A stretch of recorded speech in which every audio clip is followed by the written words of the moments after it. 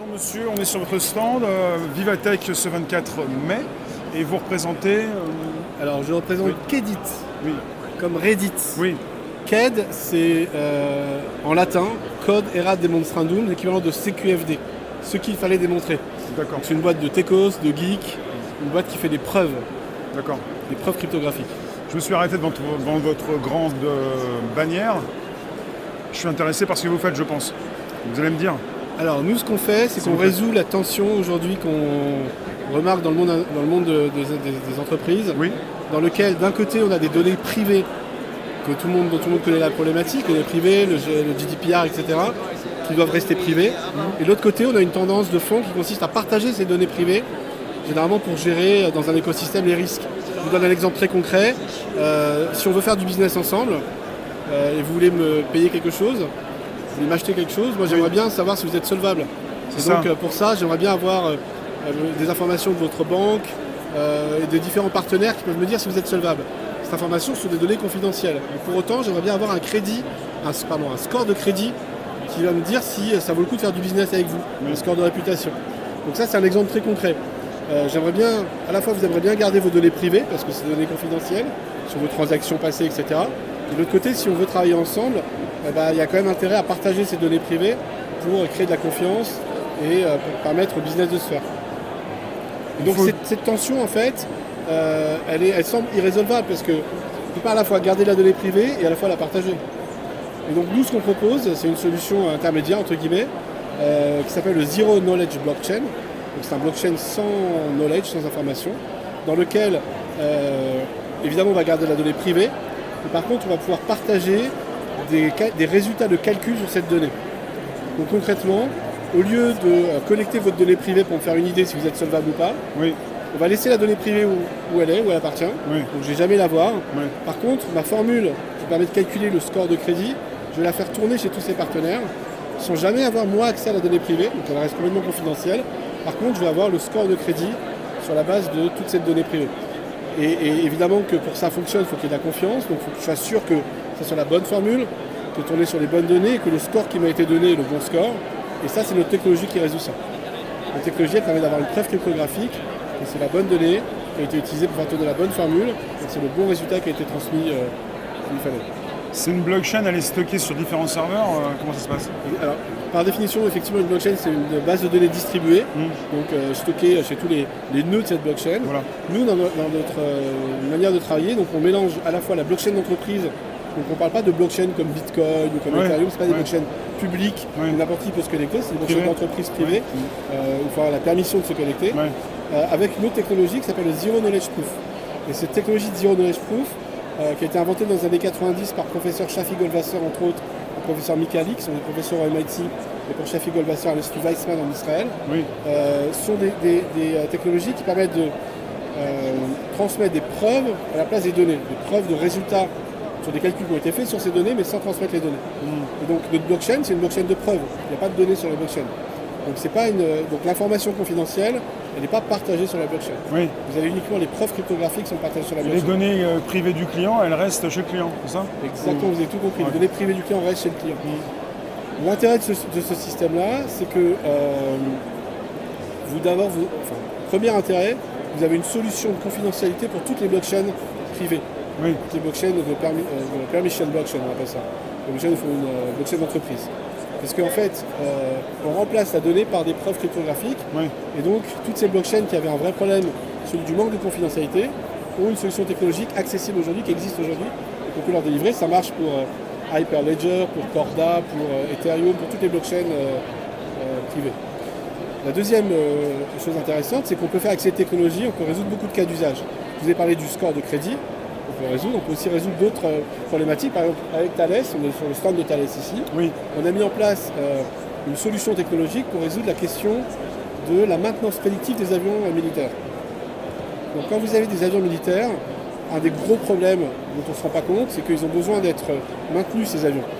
Et c'est des systèmes complexes qui demandent une maintenance complexe. Le problème, c'est que vous avez de nombreux systèmes complexes sur ces avions-là. Ça demande d'arrêter de faire voler ces avions pendant de nombreuses plages de temps.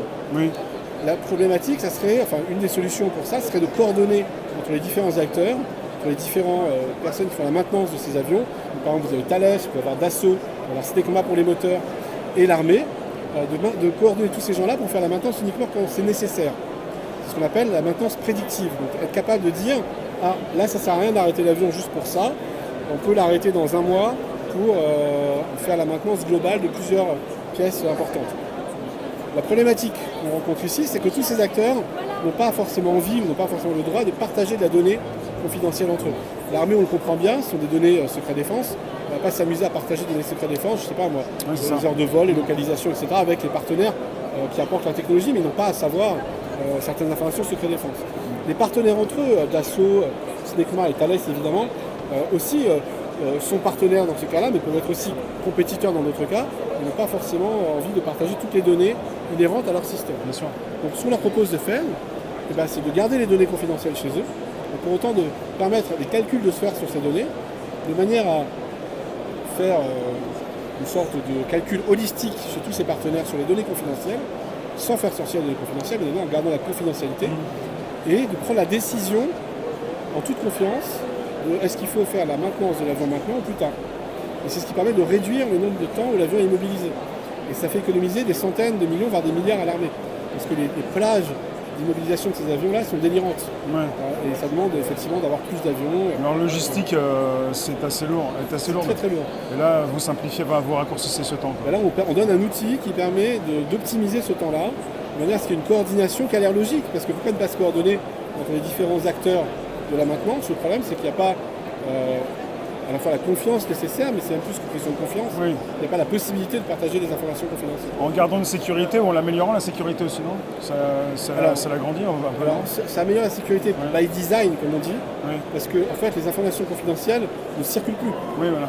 Donc en fait, il n'y a pas besoin d'inventer toutes sortes de systèmes pour les préserver lorsqu'elles circulent, parce qu'elles ne circulent plus, il n'y a pas besoin d'y accéder, il n'y a pas besoin de circuler. Donc par design, on améliore la sécurité. On fait ça en collaboration avec Thales et avec deux autres startups. Infer qui apporte la partie, ce qu'on appelle multi-party computation, c'est la capacité à prendre des décisions basées sur des calculs informatiques sur plusieurs systèmes en parallèle. Oui. Et une autre boîte qui s'appelle Kix, toutes sont là. D'accord. Une autre boîte qui s'appelle Kix et qui va permettre de certifier que les bonnes données sont bien sur la blockchain et que ça n'a pas été altéré.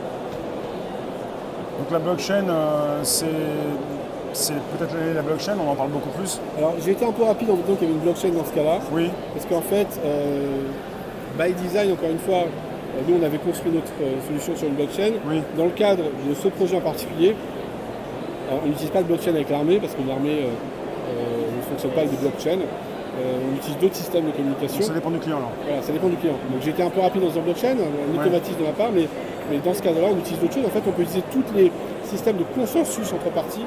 Ça peut être même par mail, par Dropbox, etc. Mais c'est vrai que la blockchain apporte plusieurs avantages. Comme vous le dites, peut-être pour reprendre sur votre question, l'année de la blockchain, peut-être, je ne sais pas, l'année du Zero Knowledge Proof, certainement. En fait, c'est une technologie qui est en train de percer de manière exceptionnelle. Oui. Vous êtes au front par rapport aux informations technologiques, j'ai l'impression, on ne se connaît pas, mais voilà. Il y a eu, il y a 2 semaines, au MIT, donc le premier workshop de standardisation de cette technologie. C'est sur zkproof.org. Vous pouvez aller voir là-bas les résultats des travaux. C'était exceptionnel. Il y avait une centaine de chercheurs de premier rang du monde entier qui se sont retrouvés là-bas pour discuter.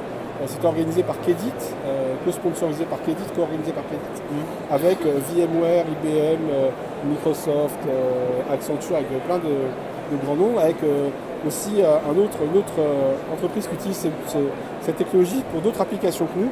On utilise dans le monde de l'entreprise, on utilise dans le monde des cryptocurrencies, des monnaies électroniques, Zcash, Zcash, on peut en parler aussi. Donc utilise les mêmes technologies sous-jacentes que ce qu'on utilise. D'accord. Donc vous avez cette année-là énormément d'entreprises qui s'intéressent à ces technologies, en particulier les grands groupes d'audit. Parce qu'en fait la capacité qu'on offre, c'est une capacité d'audit. C'est-à-dire on est capable de vérifier, faire des calculs sur des données sans avoir besoin d'y accéder. Et ça, c'est ce que font généralement les auditeurs, c'est le rôle des auditeurs. Ouais. Quand vous avez un auditeur, c'est ce que vous lui demandez de faire, vous lui dites allez certifier les comptes de mes clients, allez certifier les comptes de mes partenaires, et dites-moi que c'est bien conforme. Nous, on est capable de faire cette certification, cette mise en conformité, cette vérification de la conformité, uniquement avec la cryptographie, sans à ce qu'une personne physique se déplace pour aller faire des comptes elles-mêmes. Donc voilà, vous avez toutes sortes de cas d'application de cette technologie qui sont juste fascinants. Ouais, Ça vous fait beaucoup de minutes à monter là-dessus. Ouais, c'est très bien. Je vous remercie Ruben, Exactement. Arnold, tout ça. Et vous dites Qdit, Kedit, Kedit, comme Reddit. Reddit, Kedit. pardon. Reddit. Je vous remercie, donc on est à Vivatech, vous faites les 3 jours. Alors oui, on est là avec Vous êtes- Thalès, Thalès, à Vivatech, au plaisir de Vous vous êtes une revoir. start-up, j'ai vu c'est Israël. Alors, c'est une start-up israélienne, Israélienne. qui en fait qui a des locaux en France, à la station F, Oui. et aux États-Unis. Donc on est israélo-américano-français. Là on est chez on m'avait dit, Thalès. Thalès, pardon. Je vois pas le Thalès, il est caché. Là, il est là, il est pas caché, il est là. Il est juste là. Non, mais est-ce que je regarde un petit peu en haut, parce que des fois il y a des choses très grandes au-dessus de nos têtes, quoi. Je vous remercie, bonne fin de salon, ça commence à présent. Au plaisir de lire votre blog, vos vidéos. Et, Je vais vous dire où vous me trouvez.